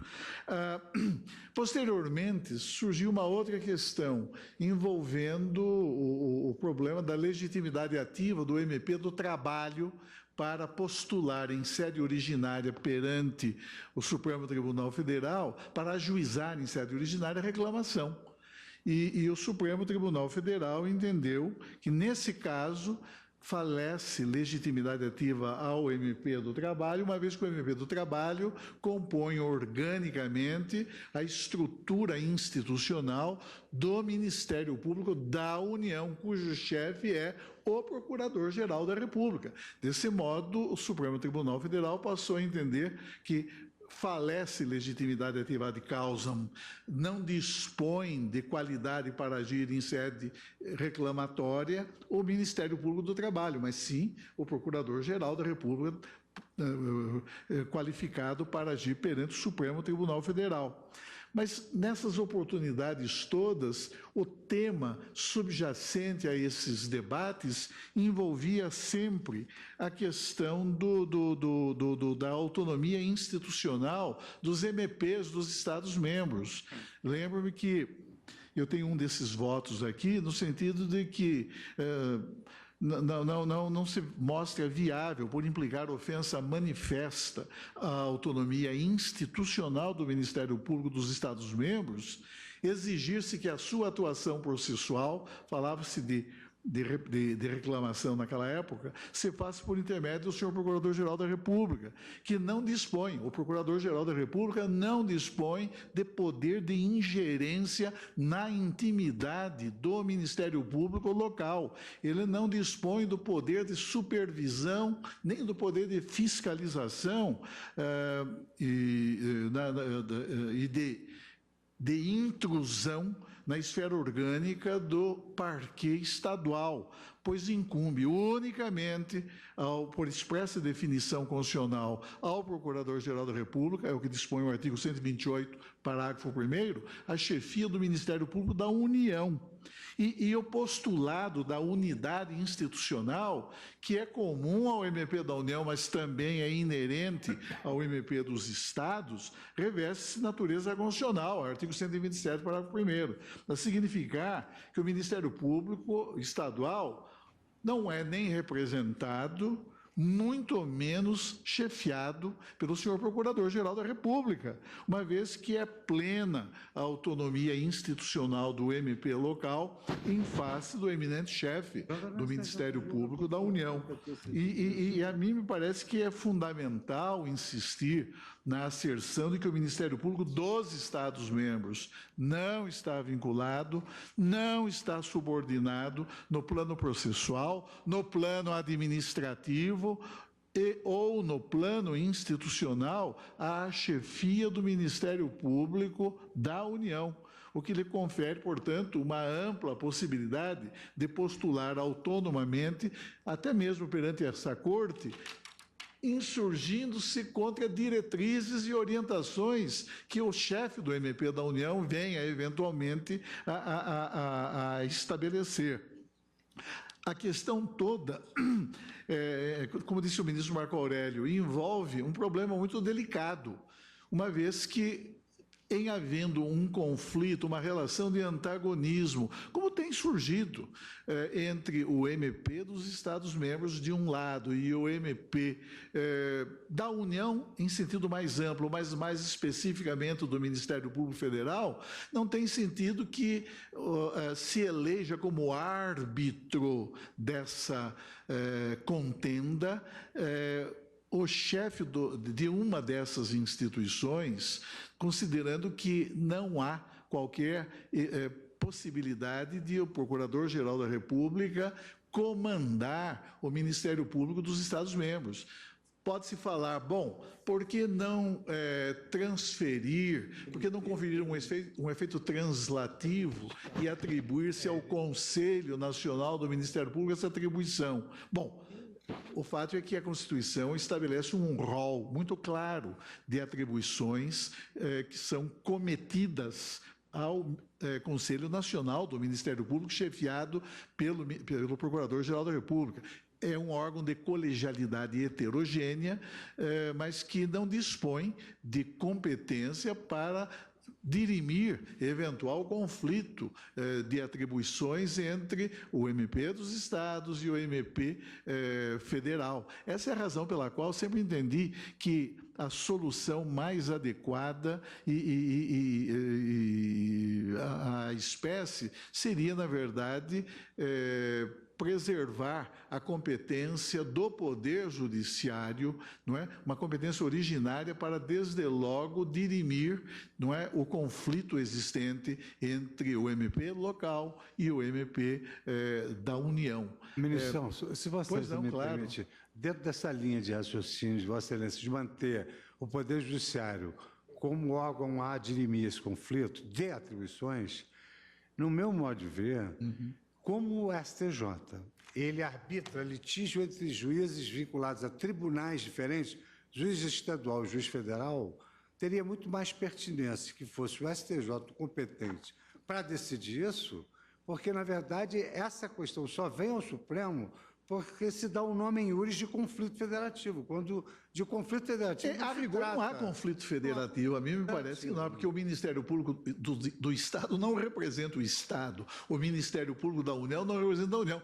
mesmo porque o artigo 129, parágrafo, se não me engano, é o inciso 9º, desculpe-me, artigo 129, inciso 9º da Constituição, veda ao Ministério Público até mesmo a própria representação de entes políticos, de entidades políticas. O Ministério Público não representa a União, o Ministério Público não representa os Estados membros. Mas, de qualquer maneira, no início, a jurisprudência do Supremo Tribunal Federal firmou-se no sentido de reconhecer competência originária ao Superior Tribunal de Justiça para, com fundamento no artigo 105, inciso 1º, a linha G, apreciar em sede originária o conflito de atribuições entre autoridades administrativas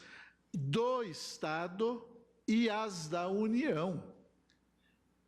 Esse entendimento jurisprudencial prevaleceu durante algum tempo no Supremo Tribunal Federal, até que sobreveio essa modificação da jurisprudência e a Corte passou a reconhecer-se ela própria originariamente competente para dirimir essas relações de antagonismo que se instauram em sede estritamente administrativa. Mas, de qualquer maneira, eleja-se, não é, como o Supremo já entendeu, o Superior Tribunal de Justiça, ou preserve-se a competência originária do Supremo, a mim me parece que não tem sentido, sob pena de viabilizarmos uma verdadeira degradação institucional dos MPs dos Estados em face da chefia do Ministério Público da União, atribuindo-se ao chefe do MP da União, que é o eminente Procurador-Geral da República, o poder de dirimir, o poder de resolver, o poder de definir as controvérsias administrativas surgidas entre uma instituição e outra, não é? Mas reconheço que o plenário do Supremo Tribunal Federal firmou essa orientação. Se estiver havendo uma reabertura do debate, eu não teria dúvida em acompanhar o voto do eminente ministro Marco Aurélio. Mas se o tribunal entender que já está definida essa questão, eu, embora ressalvando a posição pessoal, eu observo, então, o princípio da colegialidade.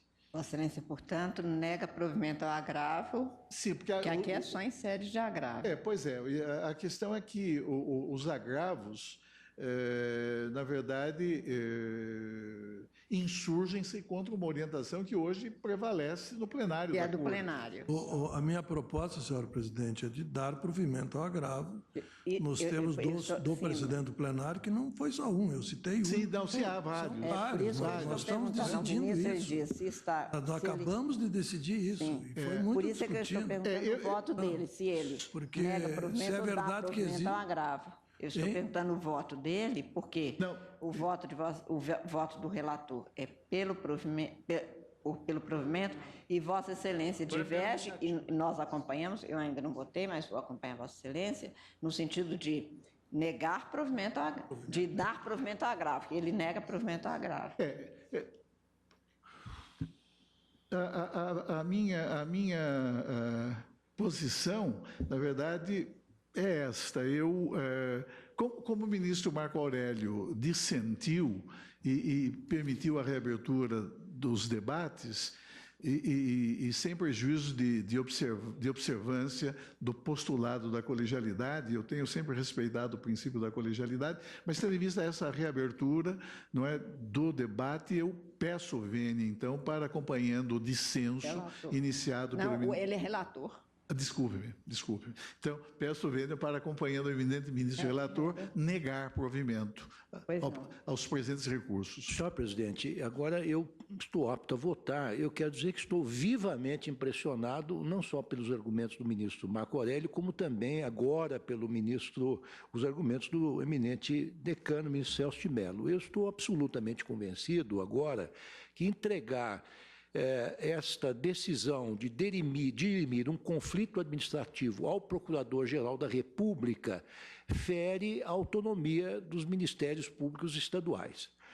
Quer dizer, entre aquela primeira jurisprudência que, com fundamento no artigo 105.1, inciso G da Constituição, entregava esta decisão ao CNJ e depois, com a evolução, entendendo que se tratava de conflito federativo, trouxe este debate para o Supremo Tribunal Federal, eu observo que foi criado pela emenda 45 de 2004, o Conselho Nacional do Ministério Público, que, como é sabido, compõe-se de 14 membros, chefiado pelo Procurador-Geral da República, que o preside, 4 membros do Ministério Público da União, assegurada a representação de cada uma de suas carreiras, 3 membros do Ministério Público dos Estados, 2 juízes indicados, um pelo Supremo Tribunal Federal e outro pelo STJ, 2 advogados indicados pelo Conselho Federal da Ordem dos Advogados.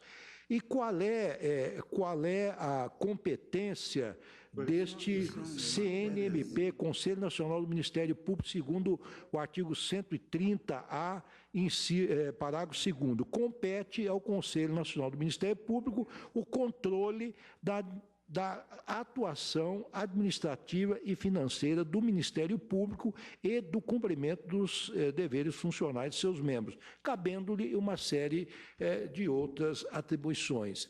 Eu imagino aqui, se nós fôssemos evoluir, seria o caso de, eventualmente, até não conhecermos deste conflito e remetermos essa questão para o CNMP, porque lá está representada a grande parte do Ministério Público e ainda também parte da magistratura e parte da advocacia. E, em sendo uma questão de natureza eminentemente administrativa, me parece que seria mais adequado, eu estou simplesmente refletindo em voz alta, remeter a decisão dessa questão para o CNMP e não para o Procurador-Geral da República. Então, agora também, reabrindo-se o debate, embora respeitando o princípio da colegialidade, eu ouso reformular minha posição anterior, que sempre acompanhava a douta maioria, para agora aderir à divergência aberta pelo ministro Marco Aurélio. Não, a relatoria dele, então ele nega provimento. Então, eu adiro ao relator e peço vênia à divergência para, agora, sensibilizado por esses argumentos, entender que há, sim, uma lesão, não apenas ao Ministério Público, à autonomia dos Ministérios Públicos, mas ao próprio princípio federativo. Pois não.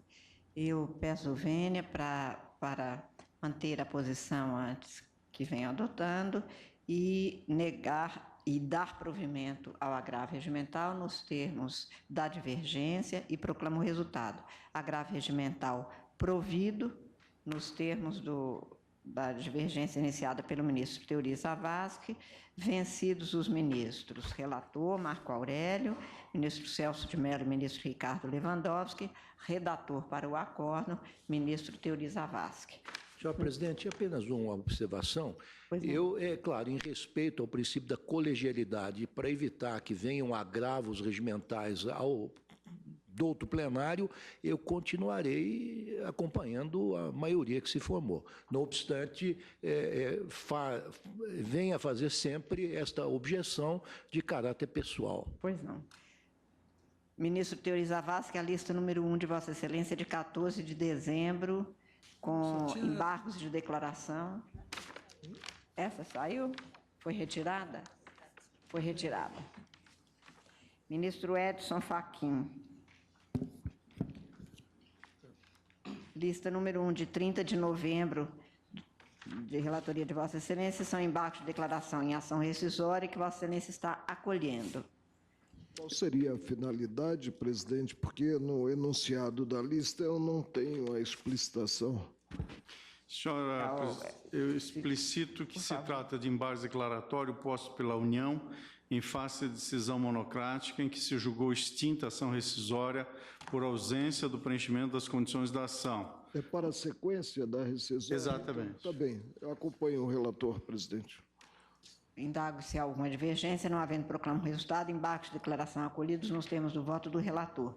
Ministro Edson Fachin, de relatoria de Vossa Excelência, a lista número 1, de 14 de dezembro, agravo regimental em embargos de divergência em agravo regimental em recurso extraordinário, ao qual Vossa Excelência está negando provimento. E aplicando multa. Não, no meu não tem aplicação de multa. Vossa Excelência está se referindo aos embargos de declaração em agravo regimental? Não, no agravo regimental em embargos de divergência em agravo regimental em recurso extraordinário. É a lista número 1 de 14 do 12. Lista número 1 de 14 do 12, perfeitamente. É apenas a negativa de provimento. Isso. Presidente, insisto na necessidade de o plenário enfrentar a harmonia ou não do disposto no 932, inciso 3, parágrafo único com a Constituição Federal. Não há a menor dúvida de que esse inciso 3, combinado com o parágrafo único, enseja a abertura de vista à parte para completar as razões do recurso ou a minuta do agravo. E, a meu ver, evidentemente, esse preceito é conflitante com a Carta, porque acaba gerando uma segunda oportunidade para aparelhar-se o recurso. Agora, enquanto ele estiver em vigor, e eu tentei fazer com que o Pleno enfrentasse a matéria em outra assentada, eu terei que observá-lo, porque é claríssimo o dispositivo, o inciso 3º do 932, né? Vou ler apenas para efeito de documentação nessa proposta que estou fazendo ao plenário, né? O que dispõe o artigo 932, né?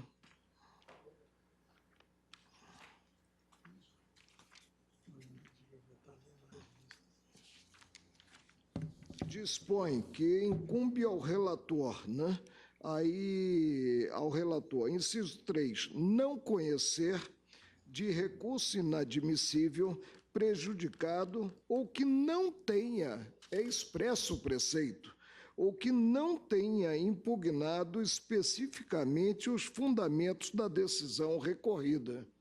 É essa a disposição do inciso 3.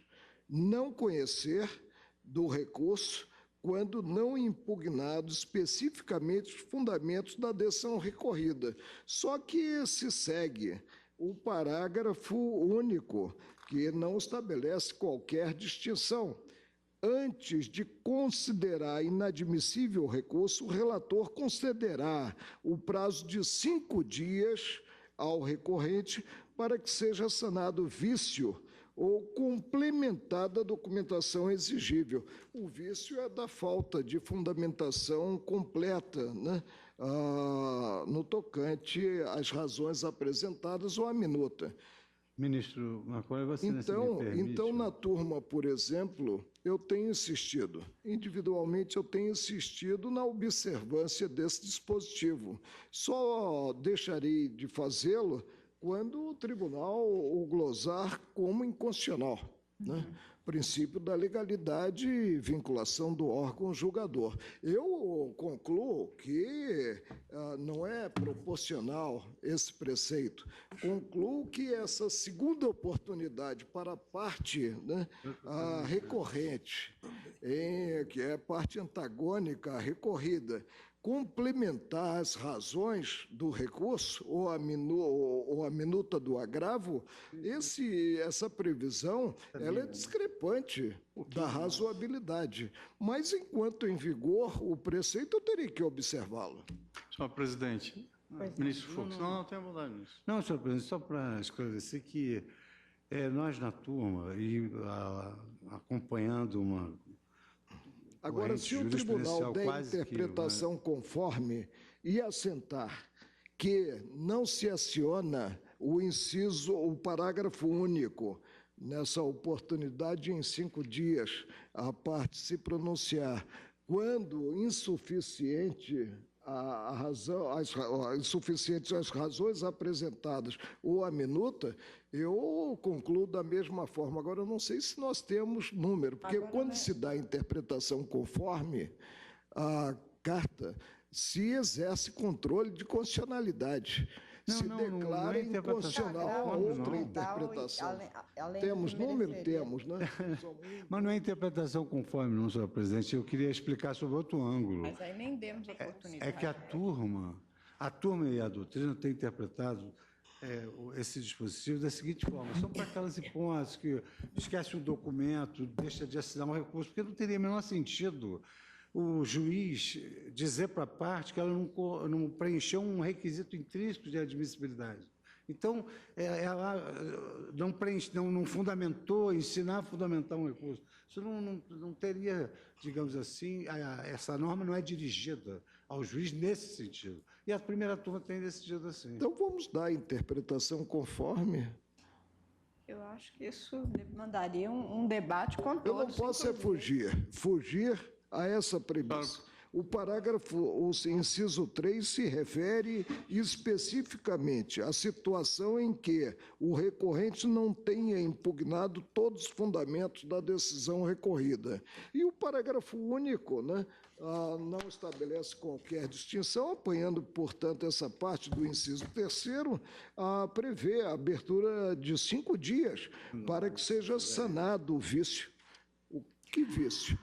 Deficiência das razões ou deficiência da minuta. Agora, eu concordo que, para afastarmos qualquer dúvida, né, concordo com a interpretação conforme a carta.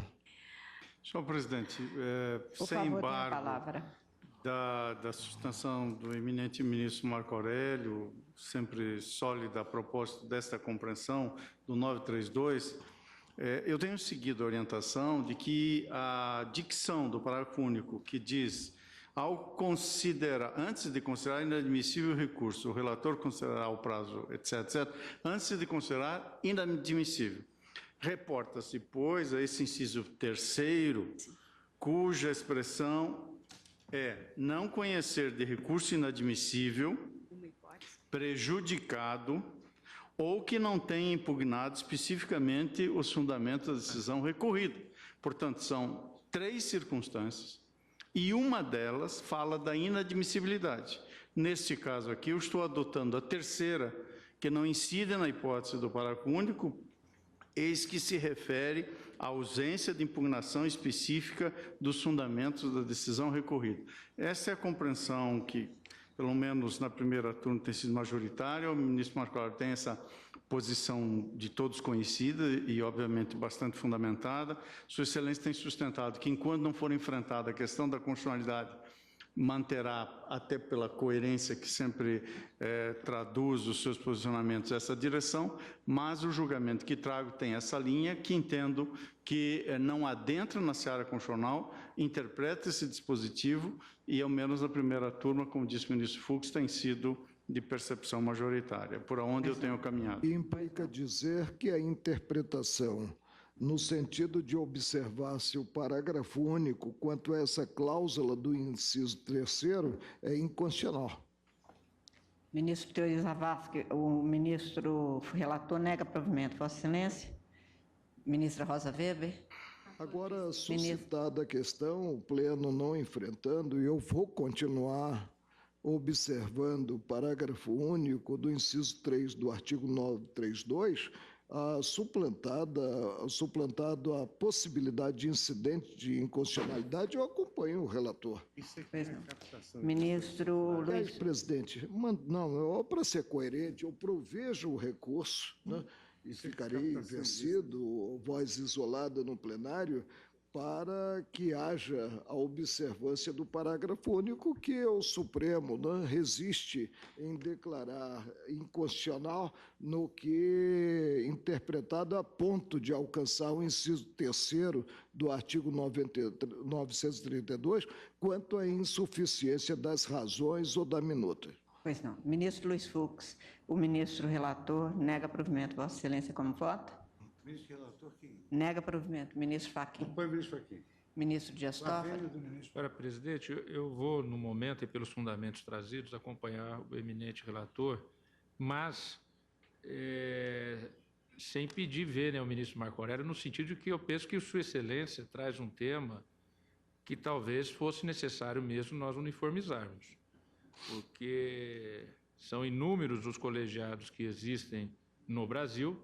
São quase 100 tribunais, se somarmos 91. todos. 91 tribunais. E o preceito se aplica aos recursos. E aí teremos juízes, desembargadores decidindo em uma forma e outros de outra forma.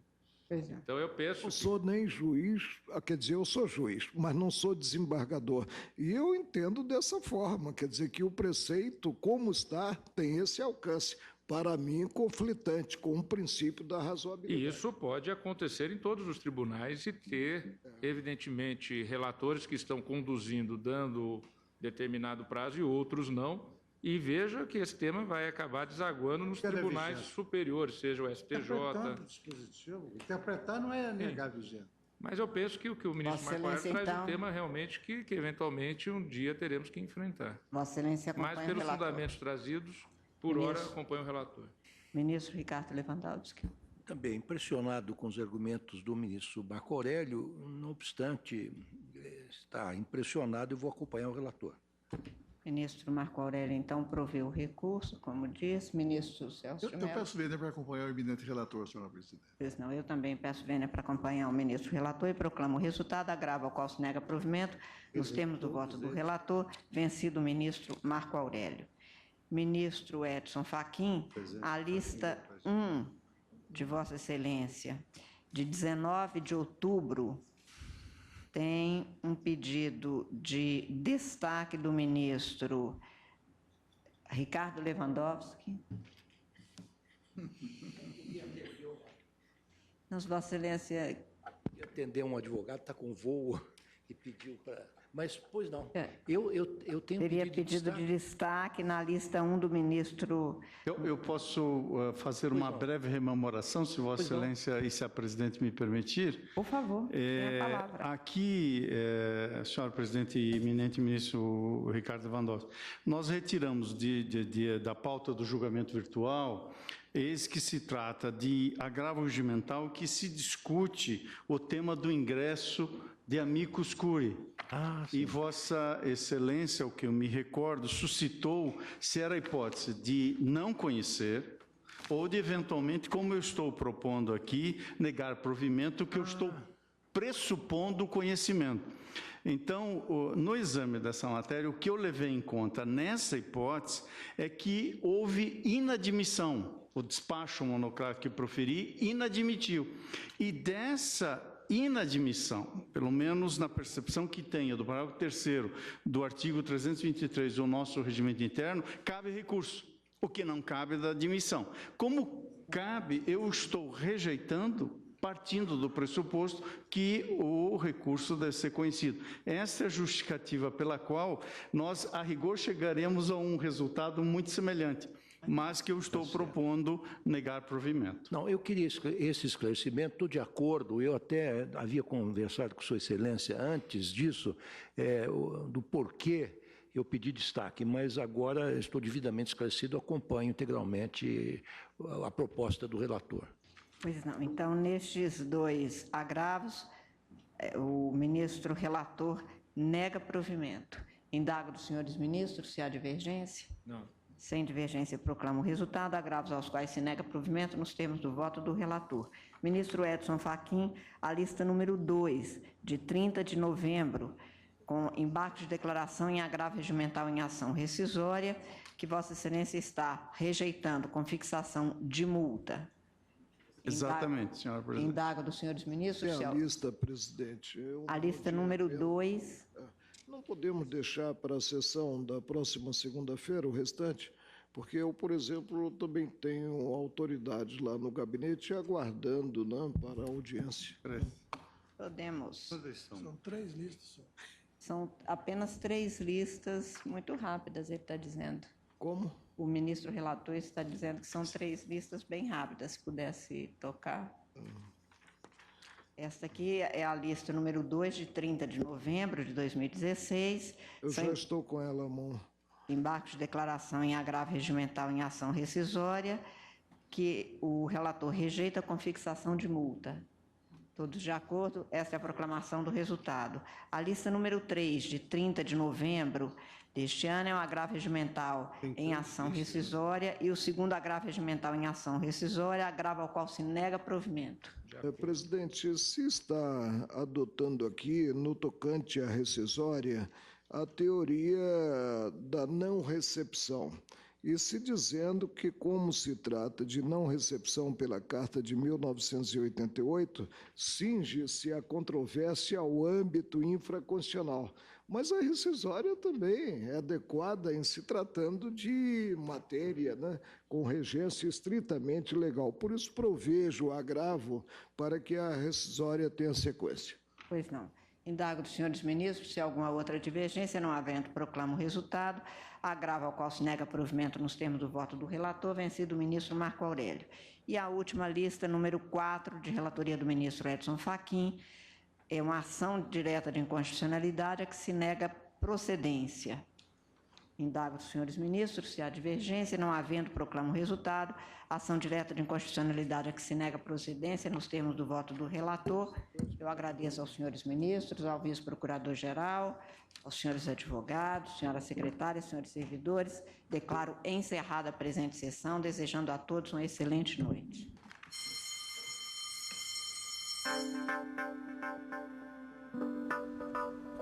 Encerrada esta sessão, portanto, também fica por aqui esta edição do Direto do Plenário. Os destaques das sessões desta quarta-feira, manhã e tarde de hoje, quinta-feira, no Plenárias neste fim de semana. E a cobertura completa da sessão de hoje, logo mais no Jornal da Justiça, segunda edição.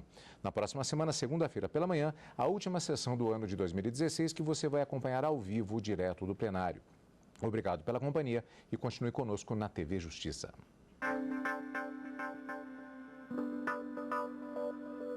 Thank you.